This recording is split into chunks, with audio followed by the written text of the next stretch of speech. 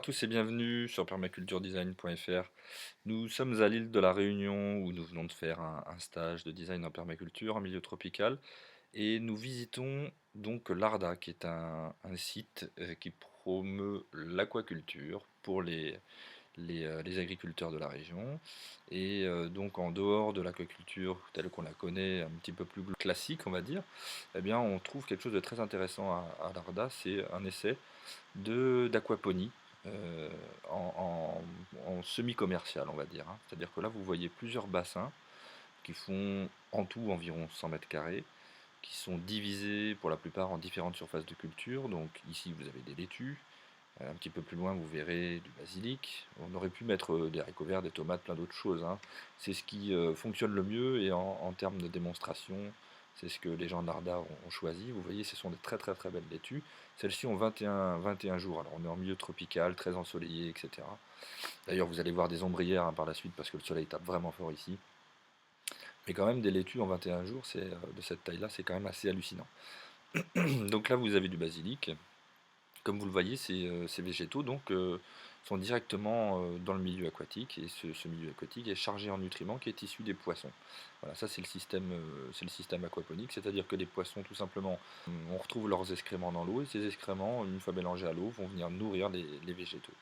On a plusieurs stades d'évolution, hein, dans les végétaux, hein, qui permettent d'assurer un roulement continu, de manière à maintenir la charge de végétaux en rapport avec les nutriments emmenés par les excréments de poissons, ce qui permet de ne jamais dérégler, si on peut dire, le système.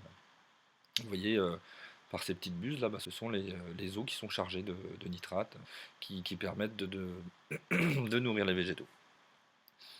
Vous voyez que le système racinaire est assez intéressant, c'est assez chouette de le voir. On fait pousser les végétaux sur des plaques de polystyrène qui sont directement dans le liquide. Et bon, on a évidemment un basilic ou une salade, une laitue en terre a des racines beaucoup plus profondes, mais là on n'a pas besoin d'aller chercher si profond, puisque les nutriments sont directement apportés des plantes.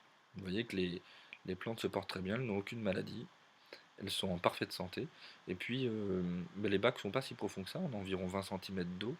Et derrière elles, une fois sec, eh bien, ces cultures laissent un espèce de sédiment, comme vous le voyez, qui peut être très très utile pour améliorer un compost ou améliorer une terre.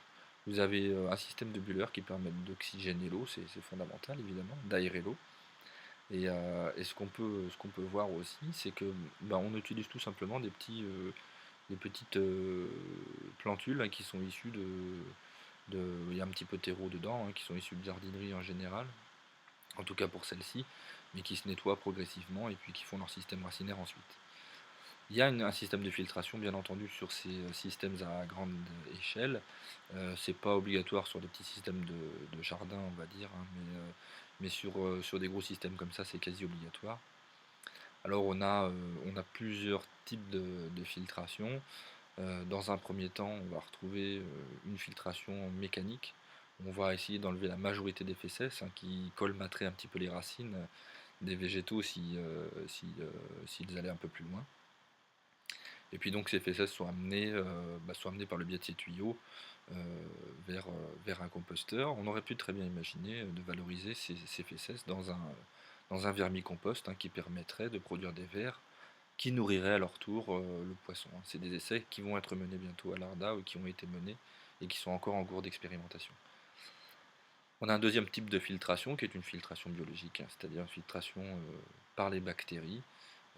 Voilà, ça c'est un autre filtre mécanique, lui, où on utilise du filet, hein, tout simplement pour retenir une majorité de matière en suspension. Et puis derrière, on a une filtration biologique grâce aux bactéries. Maintenant, on arrive sur la partie poisson, hein, puisque c'est quand même la base du système. Donc les poissons sont élevés dans des gros bacs comme vous le voyez, qui sont des bacs qui font environ 5 à 6 mètres cubes. Et puis à l'intérieur, on y trouve, alors ils sont très très aérés, hein, évidemment, les besoins des poissons sont importants à ce niveau-là. Et donc ici, on retrouve du tilapia qui est un poisson qui est très avantageux pour l'élevage, hein, à La Réunion. On ne peut plus introduire d'espèces dans cette île, donc on se contente de ce qu'on a sur place et ce qui a déjà été introduit. Et le tilapia convient très bien, une bonne chair, et puis il est assez rustique comme poisson, donc ça va très bien. tilapia rouge d'un côté, tilapia gris de l'autre. Je ne suis pas un grand connaisseur du tilapia, mais bon, vous les reconnaîtrez. Puis là, vous voyez, on les nourrit à base de granulés, mais on peut très bien imaginer de les nourrir à base d'autres produits biologiques produits sur la ferme. On peut fermer la boucle si on le souhaite. Voilà, vous voyez, ces poissons sont en parfaite santé. Donc l'eau qui leur a été ramenée a été tout d'abord déchargée de l'ammoniac qui se trouvait dans les fesses des poissons. Elle a été transformée en nitrite, et puis elle a été transformée en nitrate par l'action biologique, et puis assimilée par les plantes, hein, qui vont restituer donc une eau claire pour l'élevage de ces poissons de manière tout à fait saine.